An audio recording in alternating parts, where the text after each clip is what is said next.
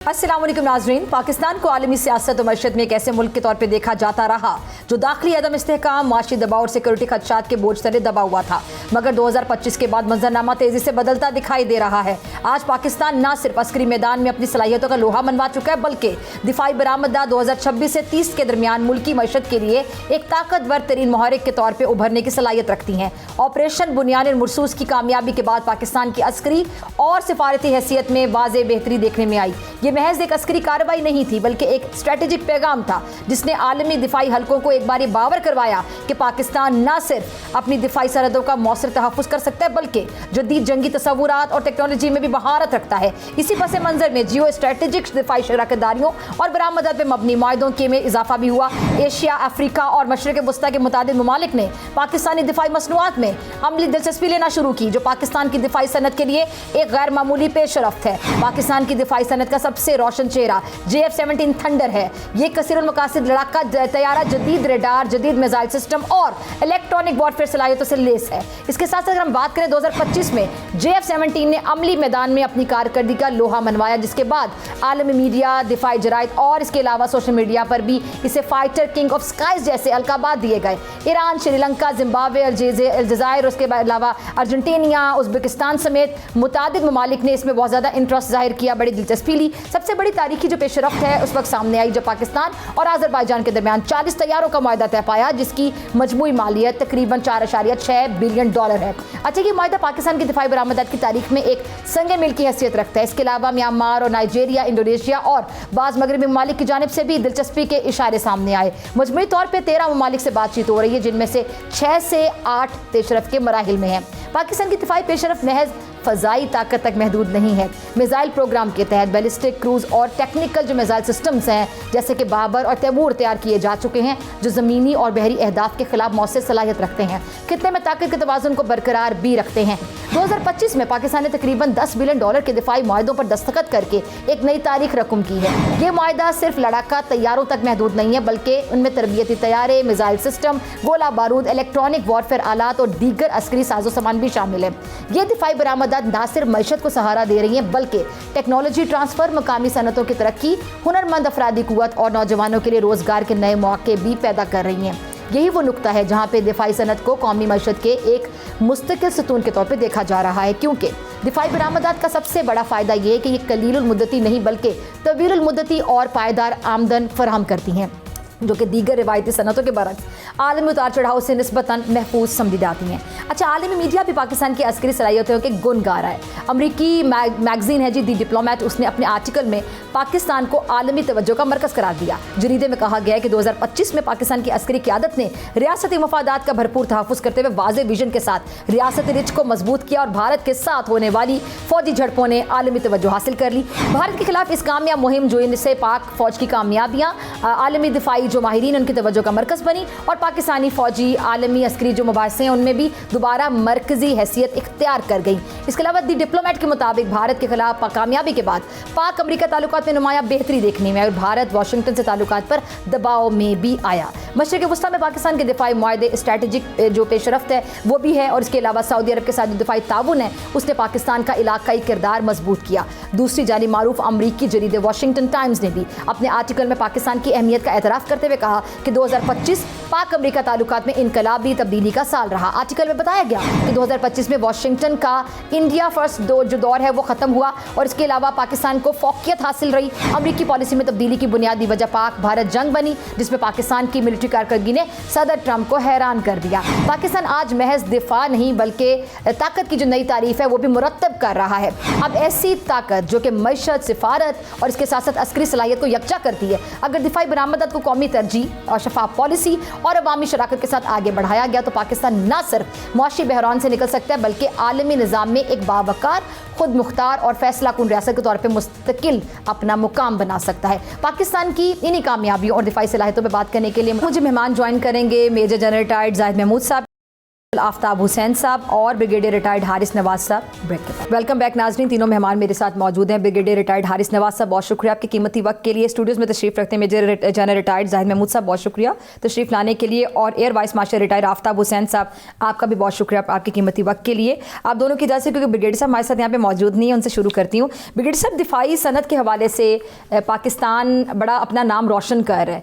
एक क्रेडिट बुनियानुल मरसूस को भी जाता है, क्योंकि हमसे बड़े रकबे वाला मुल्क जिसका जो असला है, दिफाई बजट है, फ़ौज की सेना की जो तादाद है हमसे ज़्यादा है, लेकिन उसके बावजूद हमने उसको शिकस्त से दो चार किया, उनका गुरूर हमने खाक में मिलाया। उसके बाद मैंने देखा है कि पाकिस्तान की फ़ौज की भी बहुत ज़्यादा पजीराई पाकिस्तान को मिल रही है, उससे पहले भी बहुत ज़्यादा थी। और दिफाई सनत के बारे में अगर खासतौर पर बात की जाए तो उसमें बड़ा इजाफा हो रहा है लोगों की तारीफ़ का, और हमारी जो सनत है वो बेहतर की तरफ गामजन होती दिखाई दे रही है।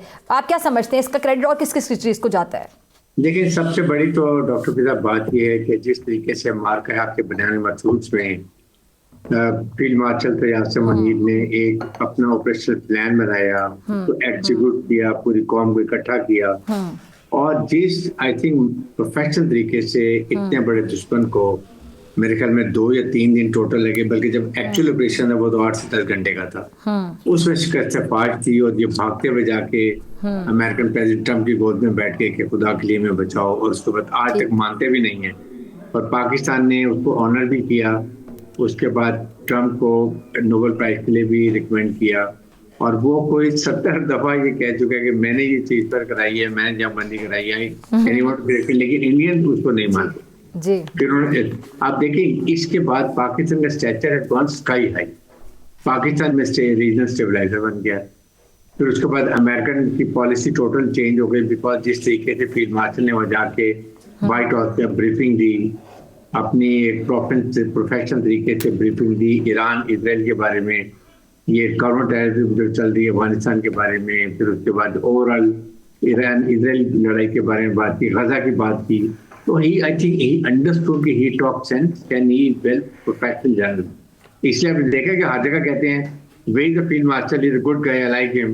तो इससे ये पाकिस्तान का स्टेचर ऑटोमेटिकली बहुत हाई हो गया। फिर मिडिल ईस्ट की कंट्री ने देखा कि जिस तरीके से हमारे पायलट्स ने और हमारी मुसल्लह फौज ने जिस महारत से इंडिया के राफेल को इनफेक्टिव किया, उनको एयरफोर्स को ग्राउंड कर दिया, तो वो जो J-17 और J-10 उनकी जो ऑपरेशन परफॉर्मेंस थी, अब वो ज्यादा I would give credit to our air force pilots also, और टेक्नोलॉजी को भी दें, मशीन को भी दें। तो वो दुनिया ने देखा कि इतनी बड़ी एयरफोर्स को पाकिस्तान की J-17 ने क्या कमाल दिखाया, जिसकी वजह से now they all are looking towards Pakistan, they want कि हमें ये टेक्नोलॉजी भी दें, and ultimately they want training also.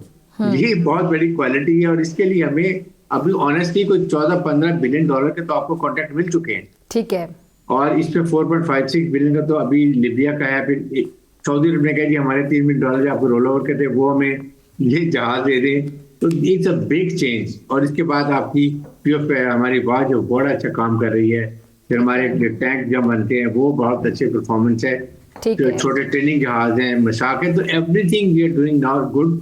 The only thing is कि अब हमें इस्लामिक वाले को समझ आनी चाहिए कि they should invest in Pakistan in military hardware के अंदर, ताकि हम इसकी कैपेसिटी बढ़ाएं, इसको इनलार्ज करें, और अपने जो ममालिक लेना चाहते हैं हम उसको दें, we earn foreign exchange and we get out of the control of IMF world bank. ये हमारी अप्रोच होनी चाहिए। आई एम श्योर कि ये बहुत बड़ी अपॉर्चुनिटी है, इसको हमें कैश करना चाहिए, इसको हर हालत में हम लेके आगे चलने, और पाकिस्तान को इकोनॉमिक तरक्की में ये IMF वर्ल्ड बैंक की तुमुल से निकालना। ठीक है जी, जनरल साहब मैं आपकी तरफ आना चाहूँगी। पहले भी हम दिफाई बरामदात करते रहे हैं, लेकिन अभी ये जो ऑपरेशन बुनियानुल मरसूस में हमने कामयाबी समेटी है, उसके बाद आपको क्या लगता है कि हमारी जो सफारती हैसियत है पाकिस्तान की और दिफाई सनत खास तौर पे, इस पर कितने असरात इसके मुरतब हुए हैं पॉजिटिव वे में? जी डॉक्टर साहब, thank you very much for having me.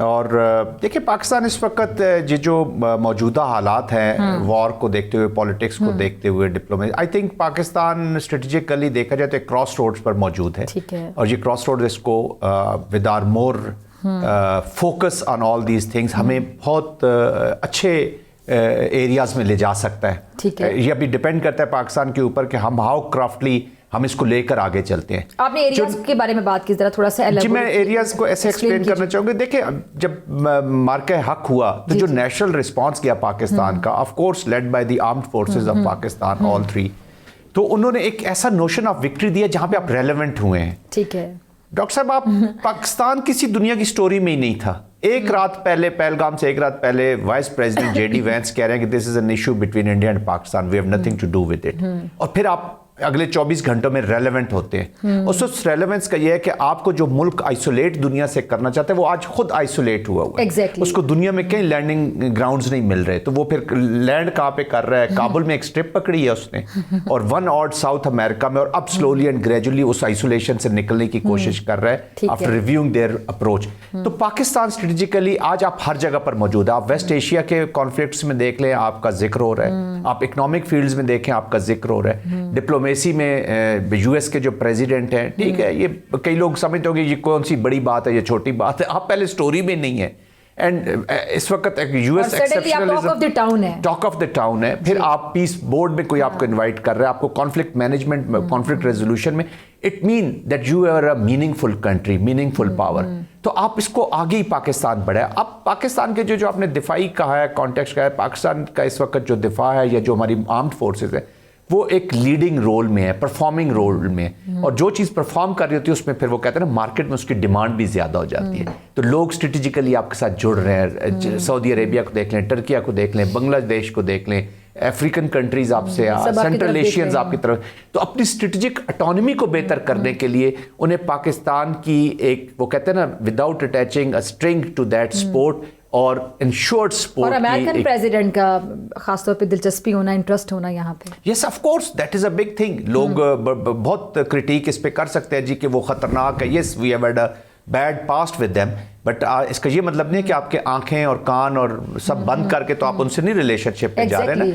Pakistan की जो इस वक्त लीडरशिप है, they are cognizant of the dangers, और वो पाकिस्तान की अवाम के और मुसलमानों के खासतौर पर फलस्तीनियन कॉन्टेक्स्ट में उनके एस्पायरेशंस और उनका जो राइट है उसको मद्देनजर रख के अपनी पॉलिसी को आगे बढ़ाएगी। किसी को किसी किस्म का फियर नहीं होना चाहिए। We should have faith in whatever is happening. Sir, इससे पहले कि मैं आपके कमेंट्स लूं, आप एयरफोर्स से रिटायर्ड हैं, मैं आपसे जानना चाहूँगी कि ये जो कभी भी हम किसी भी ऑपरेशन की बात करें, अभी हाल ही में जो ऑपरेशन हुआ उसमें हमने देखा कि इंडिया के पास राफेल तैयारे थे जिस पे उनको बड़ा मान था, बड़ा गुरूर था, और बड़ी गर्दन में सरिये के साथ वो राफेल का जिक्र किया करते थे। MiG-21 क्योंकि पुराने नाकारा तैयारे थे, गिर जाते थे पायलट समेत, लेकिन राफेल पे उनको बड़ा मान था। राफेल भी गिरा, राफेल में बैठा पायलट भी गिरा, और उसके साथ साथ राफेल गिरे और पायलट भी गिरे, और उसके साथ साथ जो मार्केट थी राफेल की वो भी इन्होंने ख़राब की। पाकिस्तानी जो एयरफोर्स है उसको बेहतरीन फोर्सेस में शुमार किया जाता है, बड़ी बेहतरीन फोर्स करार दी जाती है। किसी भी पायलट का जज्बा, हुब्बुल वतनी कितना मैटर करता है, पेट्रियोटिक उसकी जो एक स्पिरिट है वो कितना मैटर करती है। फिर चाहे वो राफेल में बैठा हो, अगर कम जज्बे के साथ बैठेगा तो राफेल भी गिरेगा, लेकिन कभी अगर वो MiG-21 में भी बैठे और जज्बे के साथ बैठे, या किसी ऐसे तैयारे में बैठे जो कि इतना ज़्यादा जदीद नहीं है, लेकिन जज्बा कितना मैटर करता है। बहुत ज़्यादा। बिस्मिल्लाहिर्रहमानिर्रहीम। पहले तो शुक्रिया आपने इनवाइट किया। सुनो पे ये मेरा ख्याल है दूसरी अपीयरेंस है। जज्बा बहुत ज़्यादा मैटर करता है, और मैं आपको लेके जाऊंगा 1948 में जब कायद आज़म ने पहली दफ़ा विज़िट किया PF अकेडमी रिसालपुर, और उनकी सेइंग है, he and I quote, that any country without an aggressive and potent air force is at the mercy of any aggressor. Pakistan must build up its air force, which should be second to none. So we have proved since 48, इसको हमने हर base की दीवार के ऊपर, हमारे दिल के ऊपर ये तहरीर लिखी गई है। टेक्नोलॉजी का दौर है, इसमें आप ये देखें कि राफेल नहीं गए उनका मिराज 2000 बहुत बड़ा सेंटर ऑफ ग्रेविटी और बहुत पोटेंट एयरक्राफ्ट है। Su-30 बहुत बड़ा उनका अच्छा जहाज़ है और लेटेस्ट जहाज़ है। जज्बा के साथ साथ टेक्नोलॉजी भी, इसमें हमने प्रूव किया है कि जो कीमत JF-17 की है इस वक्त $13 मिलियन के अंदर वो बन रहा है, जबकि राफेल जो है 1.4 से 1.8 बिलियन डॉलर का जहाज़ है। तो यहाँ पे फ़र्क आ जाता है जज्बे का, ट्रेनिंग का, मोरल का, और जो हमारी जो है पायलटेबिलिटी है।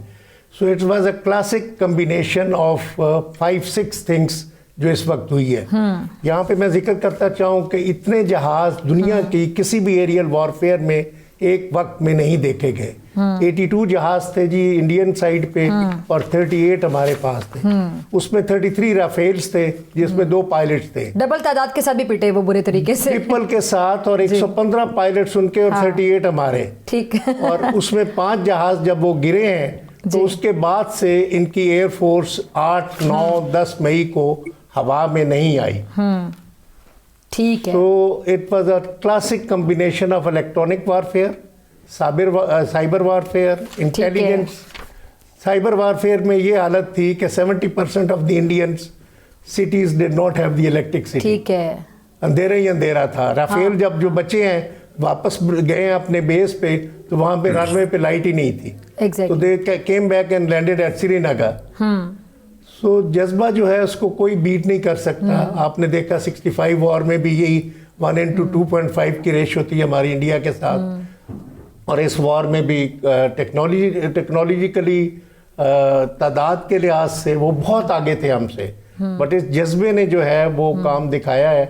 और जिस तरह हमने जाके S-400 को तबाह किया है, अंदर जाके उन बच्चों को भी बहुत खराज तहसीन मैं पेश करता हूँ कि जिस तरह वो गए हैं, बहुत मुश्किल वो मिशन था, और उस पर जाके उन्होंने सेंटर ऑफ ग्रेविटी को हिट किया है। और उसके बाद फिर जो है मोदी भागा है ईरान, सऊदीया और अमेरिका की तरफ। और जो जनरल साहब कह रहे थे कि वही अमेरिका जो 2 दिन पहले कह रहा था कि जी इनको लड़ने दें, ये तो इनका आपस का मामला है, 1500 साल से लड़ रहे हैं, वो आगे इंटरवीन करने के लिए। ठीक है। तो ब्रिगेडियर साहब, हमने फिर इंटरवीन करने पे मजबूर कर दिया और इंडिया को भागना पड़ा, जाके उनके पांव पकड़ने पड़े। देखिए फिलहाल ये जो आप बात करें ना, ये जो जज्बे की, let me tell you difference क्या है। हमारे पायलट्स की ट्रेनिंग मशीन के ऊपर और अपने एयरक्राफ्ट के ऊपर, उसका इलेक्ट्रॉनिक वॉरफेयर में महारत, ग्राउंड और एयर का आपस में कोऑर्डिनेशन, और सबसे बड़ी जज्बा ईमानी, ये फोर्स मल्टीप्लायर्स है। अगर उनके 6 जहाज है तो ये हमारा 1 जहाज इज एनफ फॉर देम, क्योंकि ये जो फोर्स मल्टीप्लायर है ना, सब this give lot of confidence. और ये हमने इनको इस लड़ाई में प्रूव किया कि यू कैन नॉट मैच अस। ठीक, चाहे वो हमारी ग्राउंड हो या हमारा एयर हो, इसमें कोई कंपैरिजन नहीं। और जिस तरीके से इतनी बड़ी फौज को गरूर मिट्टी में मिला है, honestly it is beyond explanation. And let's give lot of credit to our army chief को और एयर चीफ को, जिस तरीके से उन्होंने कोऑर्डिनेशन में ट्राई सर्विस पे जो कोऑर्डिनेशन दी और नेवी के साथ भी, वो एक कमाल महारत थी कि इंडिया को जरूरत नहीं है कि उसके बाद बिल्कुल इनकी एयर तो बिल्कुल खत्म हो गई थी, we were enjoying air priority. फिर दूर एयर बॉर्डर से ये पीछे अपने जहाज ऑपरेट कर रहे थे। अब इमेजिन कर ले, एग्जैक्टली F-15 से इतने डरे हुए थे। तो मेरे ख्याल में अब वक्त ही है कि इस चीज को हमने अपने आप को लेके आगे चलने। हमें अपने वो जो हमारे इस्लामिक वाले को जो बहुत पैसा जो इन्वेस्ट करते हैं अमेरिका में, यूरोप में, वी हैव टू कन्विंस के आप come and invest in Pakistan. ठीक है, मिलिट्री हार्डवेयर, ताकि आप डिपेंडेंट हुए। देखें पूरे मिडिल ईस्ट पर इस वक्त अगर जन जाहिद भी और माशा अफ्ताब भी ये कंफर्म करेंगे कि पूरे मिडिल ईस्ट के ऊपर जो है ये अमेरिका का कब्जा है। हर जगह पर उनका या बैरीवेड है, या उनके बूट्स हैं, या एयर डिफेंस सिस्टम है, या जहाज खड़े हैं। Mean they totally controlled. इसलिए दे मस्ट डाइवर्सिफाई देमसेल्व्स, अपने वो निकलें इस जंगल से। एंड दैट इज ओनली कि अब इस्लामिक कंट्री से आएँ, वहाँ इन्वेस्टमेंट करें and make a strong unified Islamic force जो आपको सपोर्ट कर सके। ठीक है जी। अच्छा जनरल साहब, एक चीज़, ये जब इन्होंने जंग लड़ने के लिए एडवेंचर करने की कोशिश, मैं तो उसको एडवेंचर इसलिए कहने की बात करूंगी कि ये एडवेंचर किया गया इनकी जानिब से, फिर मुँह की खा के गिरे। ये प्लानिंग नहीं करते क्या? एक स्ट्रेटेजिक प्लानिंग होती है किसी भी चीज़ के लिए, वॉर प्लानिंग होती है, होमवर्क किया जाता है बाकायदा।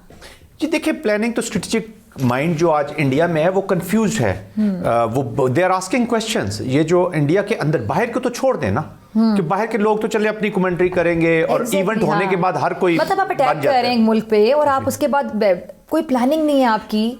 तो डॉक्टर साहब, अब विद इन इंडिया ऑल्सो जो स्ट्रेटेजी को समझते हैं, जो वॉर को समझते हैं, वो क्वेश्चन कर रहे हैं मोदी साहब को और इनके जो मिलिट्री एडवाइजर्स हैं कि इन्होंने they don't have the understanding of the war. They are trying to craft a space for war under nuclear country. और विल पाकिस्तान की को जानते हैं कि इंडियन कॉन्टेक्स्ट में वो रिस्पॉन्स आएगा ही आएगा। फॉर दैट मैटर कोई भी मुल्क को, चाहे अमेरिका से लेके किसी छोटे से छोटे ग्रुप तक, नॉन स्टेट एक्टर्स के ग्रुप तक, पाकिस्तान विल रिस्पॉन्ड। पर्पस खत्म हो जाता है ना। देखिए, हर मुल्क की आर्म फोर्सेस रखने का एक पर्पस है। अगर आप रिस्पॉन्स ही नहीं माउंट कर सकते तो फिर आपके साथ वही अभी जिस तरह एवीएम साहब कह रहे थे कि जी Pakistan second to none air force हमारी जरूरत है। बात काट रही हूँ। देखिए, जब भी ये इनको अच्छी तरह से पता था कि पाकिस्तान उनको जवाब देगा और तगड़ा जवाब देगा, ऐसा नहीं हो सकता जवाब ना दे। वो वही बात कि बच्चा को बैल मार के घर की भाग जाता है तो दूसरी बार मारेगा, तीसरी बार मारेगा, तब जाके पकड़ लेंगे उसको हाथ से कि तुम मेरे घर की बैल दे रहे हो। बच्चों वाली हरकत है ये। हमने उनको रिस्पॉन्स देना था, तगड़ा रिस्पॉन्स देना, जो कि हमने दिया और दुनिया को दिखाया। ये चाहते क्या थे? रिस्पॉन्स तो हमने देना था।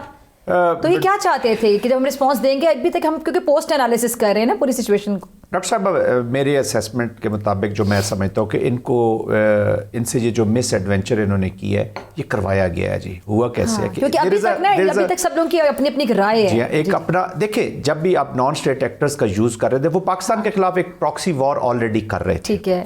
प्रॉक्सी वॉर में जब आप कन्वेंशनल फोर्सेस का इस्तेमाल करते हैं तो वो या तो आप शुरू में करते हैं और एक कंडीशन करते हैं एक मुल्क को, और फिर आप नॉन स्टेट एक्टर से उसको लेके चलते हैं, या नॉन स्टेट एक्टर से आप कुछ कार्रवाइयां करते हैं, एक कंडीशन क्रिएट करते हैं, और at the end of the day you use conventional forces और coup de grace या जो आप टोटल विक्ट्री की तरफ जाते हैं। बांग्लादेश में इसी तरह हुआ कि पहले आपने हालात क्रिएट किए, फिर आपने फोर्सेस डाली।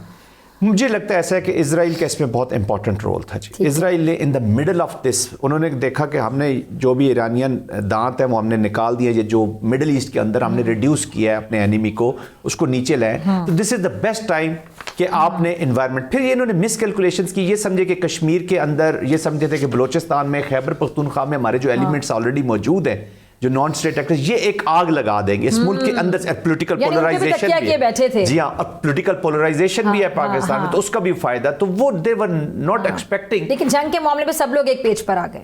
तो देखिए, वो जो पोलराइजेशन है, हाँ, इन्होंने फिर इनकी रॉन्ग कैलकुलेशन उसकी वजह ये है जंग पे एक पेज पे है कि अब जंग इनकी नेसेसिटी बन गई है फॉर डोमेस्टिक पॉलिटिक्स। ये कोई मुल्क नहीं लड़, कोई इलेक्शन होगा, इन्होंने कोई ना कोई फॉल्स फ्लैग ऑपरेशन करना ही करना है। फिर अंदर से भी बातें उठ रही हैं। रात अंदोरी कहा करते थे ना कि सरहदों पर बहुत तनाव है क्या, जरा मालूम करो कोई चुनाव है क्या। तो इनका अपना शायर कहता है, सो दिस इज देयर। तो प्री इलेक्शन स्ट्रैटेजी सर, इसके अलावा कोई इनको समझ नहीं आती कि जब भी इलेक्शन आ रहा है कहीं पे भी, तो इन्होंने फॉल्स फ्लैग ऑपरेशन करना है, पाकिस्तान के खिलाफ फर्जा सराई करनी है। ये क्या माइंडसेट है इनका, वोटर का भी और वोट लेने वाले का भी? इस दफ़ा जी, जैसे जनरल साहब ने कहा है, मैं थोड़ा सा इसमें ऐड करूंगा कि इंटेलिजेंस फेलियर्स भी था। इनको मिस कैलकुलेशन थी हमारे एयर टू एयर मिसाइल जो आए हैं, और PL-15 का तो इनको पता ही नहीं था। इनको पता ही नहीं था कि आ चुके हैं और इंटीग्रेट हो गए हैं जहाज़ों के साथ, और उसकी रेंजेस का भी इनको मिसकंसेप्शन थी, जिसकी वजह से ये फेल गिरे हैं। Because they did not expect कि इस रेंज के ऊपर एक जो beyond visual range air to air missile होता है वो आके हिट कर सकता है। There is always a gap between the max range and the effective range, और ये कोई गैप होता है कोई 50 से 60 किलोमीटर का, अगर हम 200 किलोमीटर के मिसाइल की बात करते हैं। इस सूरत में सिर्फ इफेक्टिव रेंज और मैक्स रेंज बराबर हुई है। सो अल्लाह ताला की मदद भी इसमें बहुत ज़्यादा शामिल थी हमारे साथ, और जज्बा भी था। सो मिसकैलकुलेशंस ये पहले भी करता रहा है इसके, और इस दफ़ा भी इसको। बाकी जो कन्वेंशनल वॉरफेयर पे इसकी वो जो थी मिथ के जी 2-3 दिन के अंदर अंदर मैं पाकिस्तान को घुटनों पे ला के बिठा दूंगा, वो भी इस दफ़ा दूर हो गई है। और हमारा जो है जो न्यूक्लियर डिटरेंस है, जिसको पहले हम मिनिमम से शुरू किया, क्रेडिबल बनाया, और इस 25 के बाद तो अश्योर्ड हो गया, जिसकी वजह से अब लोग हमारे पास आ रहे हैं। जो आपने इंट्रो में भी बात की है, one of the factors is also कि Pakistan is the only nuclear power which has shown its capability. चलिए, पाकिस्तान की जो दिफाई बरामदात है किन इकसाम की हैं, दिफाई मुआहिदों के हवाले से हमें कितना फ़ायदा होने जा रहा है, और इसके अलावा JF-17 थंडर के हवाले से मैं आप लोगों से बात करूंगी शॉर्ट ब्रेक के बाद। वेलकम बैक नाज़रीन। पाकिस्तान जो है वो अपनी दिफाई सलाहियतों का लोहा मनवा रहा है। बुनियानुल मरसूस को बड़ा इसका क्रेडिट जाता है। उस ऑपरेशन के बाद पाकिस्तान की जो दिफाई सनत है उसको बहुत ज़्यादा वक़ार मिला, उसकी इज़्ज़त में इजाफा हुआ, मार्केट में इजाफा हुआ अगर देखा जाए तो, और डिमांड में इजाफा हो रहा है। JF-17 थंडर बड़ा ये ज़बान ज़द-ए-आम है, बड़ी डिस्कशन हो रही है ओवरऑल, और बहुत से लोग अब हमसे ये लेना चाह रहे हैं। तो ब्रिगेडियर साहब, मैं आपसे जानना चाहूँगी JF-17 थंडर, इसकी ज़रा खुसूसियात पे रोशनी डालिएगा। वैसे मुझे सवाल आफ्ताब साहब से करना चाहिए था, एयरवास मार्शल साहब से, लेकिन चलिए पहले आप शुरू कीजिएगा प्लीज़। JF-17 की बात यह है कि इसमें तमाम के मैन्यूरेबिलिटी देख लें, इसकी एवियोनिक्स देख लें, आपकी ऑपरेशनल कैपेबिलिटी देखें, मशीन की एवरीथिंग यू सी जो इसके अंदर जो होनी चाहिए वो है। और आई थिंक 4.5 जनरेशन का एयरक्राफ्ट है। ठीक है। वजह ये देखें, इसको आप कंपेयर करें जो राफेल के साथ, the basic difference I would say is with the pilots. Pilots ने एक राफेल को तबाह करके रख दिया, जो कि एक दुनिया का मशहूर तरीन एयरक्राफ्ट था। अच्छा, बिगेस्ट वॉर में आपने बात करते हैं, आपने बड़ी छोटी सी बात की, लेकिन आपने वो कहते थे कि समंदर को कूजे में बंद कर देना, आपने कहा कि बेसिक डिफरेंस राफेल और इसका है कि पायलट। अब आप देखें J-17 को दुनिया ने इतना जानती थी, इस मार्के के बाद सी वेल J-17 एंड J-10, और फिर उसके कंपैरिजन में आप दुबई में एयर शो देखें, वहां पर जाकर जो इसने अपनी वहां पे मैन्योरेबिलिटी दिखाई है और टोटल जो वहां पे एक्ट्रोबेट्स दिखाए हैं और सारी इसकी परफॉर्मेंस पता चली है। और वर्षी तेजा ने वहां रही से कसर बराबर कर दी, जिसको 40 साल लगे रिसर्च डेवलपमेंट में उनको इसको लाने के लिए। अच्छा बिगड़ साहब, एक सवाल है कि ये बात बहुत कम लोग कर रहे हैं, मैं ये जानना चाहती हूँ कि आखिर क्या वजह इनके पायलट्स जो हैं वो जहाज उड़ाते हुए क्यों, क्या उनके अंदर चले जज्बा मिसिंग हो सकता है, क्या कोई साइकोलॉजिकल नफ्सियाती प्रेशर है? क्योंकि इनकी फौज में इनकी सेना, ये जरा एक बड़ा ये मेन सब्जेक्ट, इस पर जरा बात कर लेते हैं। उनके जो फौज है, उनकी सेना, वहाँ पे बहुत से रिजाइन्स आते हैं, लोग रेजिग्नेशंस देने को तरजीह देते हैं सर्विस को कंटिन्यू करने के बजाय। क्या वजह है? किसी किस्म का प्रेशर है या इनकी जो फौज है, खा वो एयरफोर्स की बात करें, इनकी आर्मी की बात कर लें, वो प्रेशराइज्ड फील करती है, वो दिल से काम नहीं कर रही है, काम नहीं करना चाहती, ये भी वजह हो सकती है कि इनके आए दिन जहाज गिरे होते हैं? देखिए, एक तो वजह ये है कि कमांड, ये एक ट्रस्ट ऑफ होता है ना, एक का कमांड का और ट्रुप्स का, वो it lacks in air force and also in ground force. सबसे बड़ी तो बेसिकली ये बात है, जब कॉन्फिडेंस कम हो जाए तो फिर तो काम आपका नहीं हो सकता ना। आप दुनिया में सबसे ज्यादा जो इस वक्त देख लें, जो सुसाइड रेट है वो इंडियन ट्रुप्स का है, जो वहां पर दुनिया में, ठीक है। नंबर 2, उसके साथ आप ये देखें कि पायलट्स में इंडिया में तकरीबन 8 से 9 स्क्वाड्रन जो है ना वो उनके कम है, पायलट्स आज ज्वाइन ही नहीं कर रहे हैं। They are scared of Pakistan air force and also उनको अब ट्रस्ट नहीं है कि जी हमें इतना पहले इतने ज्यादा इंसिडेंट हो चुके हैं कि they do not confront with Pakistan air force. ये बेसिक ये डिफरेंस है। और थर्ड, ये तेजर के साथ जो हुआ और उनके ऑर्डर्स कैंसिल होकर वो ऑर्डर पाकिस्तान को मिल गए, आप ये इमेजिन करें। This is the basic difference, it is man behind the machine, कि वो उसको चलाता कैसे है, जज्बा कितना है, ट्रेनिंग कितनी है और उसको कॉन्फिडेंस कितना है अपने कमांडर्स के ऊपर, जो पीछे बैठ के कंट्रोल रूम में खुद अगर एयर चीफ बैठा हो या फील्ड मार्शल बैठा हो पीछे और अपने डायरेक्ट कम्युनिकेशन हो, see it's a force multiplier. This is the basic. ठीक है जी। अच्छा जी, मैं आफ्ताब साहब आपकी तरफ, फिर मैं आपकी तरफ जाने साहब। सर, ये जो JF-17 है, इसकी तो खसूसियात पर ज़रा रोशनी डाल दे। सालाना पैदावार कितनी है इसकी, मजीद अब कितनी बढ़ सकती है? क्योंकि डिमांड अब बहुत ज़्यादा होगी, तो इकॉनमी, मुझे इकनॉमिक्स याद आ रही है कि डिमांड एंड सप्लाई। ये जी, जैसे कि ब्रिगेडियर साहब कह रहे थे कि JF-17 जो है king fighter of the skies का इसको खिताब दिया गया है, जितने भी एयर शो हुए हैं उसके अंदर। और ये 2000 से हमने प्रोजेक्ट शुरू किया था और इसकी अपग्रेड्स वक्त के साथ साथ होती रही है। ये जो 5th जनरेशन या 4.5 जनरेशन पे पहुँचे हैं, इसको बड़ा टाइम लगा है। पहले हमने चाइनीज़ और फिर यूरोपियन हर तरफ से हमने करके इसको एक सिंबल बनाया है। आज से पहले, मई 25 से पहले 2 टेक्नोलॉजीज़ का जिक्र होता था, Russian technology and American technology. इस वक्त जो है अमेरिकन वर्सेस चाइना, JF-17 की वजह से ये सब कुछ हो रहा है। ठीक है। और माशाल्लाह इसका जो है, हमारी जो महारत है पायलट्स की, उसमें इसका बहुत बड़ा हाथ है। चाइना ने हमें बहुत सपोर्ट किया है, हर फील्ड में सपोर्ट किया है, लेकिन हमने भी उनको बहुत अच्छी फीडबैक दी है, एक प्रोफेशनल फीडबैक दी है, जिसकी वजह से ये JF-17 इस मकाम पे पहुंचा है। और 20-30 के करीब हमारे बन रहे थे जहाज़, अब जब के ऑर्डर आने शुरू हो गए तो we should be able to enhance this production to maybe 50-60 per year इंशाल्लाह। ठीक है जी। अरे सर, अभी 2026 से 30 के दौरान जो हमारी बरामदात है उसमें बड़ा इजाफा हो रहा है, तो जो मुल्की मईशत है, सबका ध्यान इस तरफ भी जाता है कि मईशत के लिए किस हद तक कारआमद साबित हो सकता है? जी, ऑफ कोर्स एनहांस करेगा। इससे पहले अगर आप मुझे अलाउ करें डॉक्टर साहब, जो आप ब्रिगेडियर हारिस साहब से बात कर रही थी कि मिलिट्री का मोरल और ये वो, देखें इस वक्त जो इंडियन पॉलिटिकल लीडरशिप है, इनको मैं लीडरशिप तो नहीं कहता, लीडरशिप तो वो होती है जो मुल्क और रीजन को आगे लेकर जाती है। तो ये पॉलिटिकल टेररिस्ट जो वहाँ पे बैठे हुए हैं, स्ट्रेटेजिकली फ्रेगमेंटेड पॉलिसी लेकर आए हैं। इन्होंने सेकुलर इंडिया को स्क्वीज किया, जो क्लेम करते थे, हमें तो पता है हिंदुत्व से लुथड़ा हुआ। इन्होंने अपनी मिलिट्री को मिलिटेंट विंग बना दिया संघ परिवार का।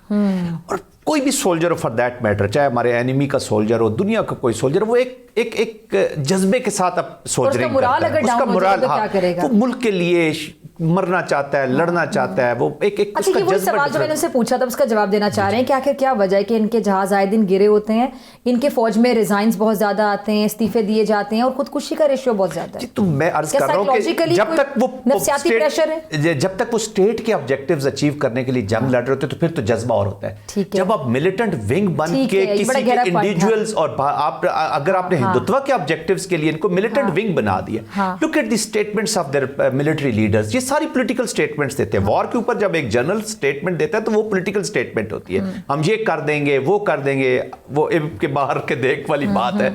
तो इसका मतलब है कि 1.0 में संदूर में आप कुछ हासिल नहीं कर सके, इसलिए तो आप 2.0 की बात कर रहे हैं कि ये कर देंगे। तो वो जब आप ऑब्जेक्टिव्स किसी की जात के या किसी एक सेक्ट के आप अचीव करना शुरू, तो आप डिमोरलाइज हो जाते हैं, व्हिच अफेक्ट्स योर प्रोफेशनलिज्म। और ये बात भी सही है ना कि जो उनकी सेना में कुछ नीचे लोग हैं, वो जारी बात है अब उनकी जहां भी ड्यूटी उन्हें करनी है, वो कश्मीर में जुल्म नहीं करना चाहते। देखिए, आपने अपने 26 लोगों का खून बहाया पहलगाम में, खुद ही। अब फोर्सेस को तो ये चीजें इंफॉर्मेशन होती हैं। जब आप अपने लोगों के खून से एक कहानी लिखेंगे, ऐसी एक संदूर टाइप फिल्म बनाने की कोशिश करेंगे, तो लोग डिमोरलाइज ऑटोमेटिकली होंगे।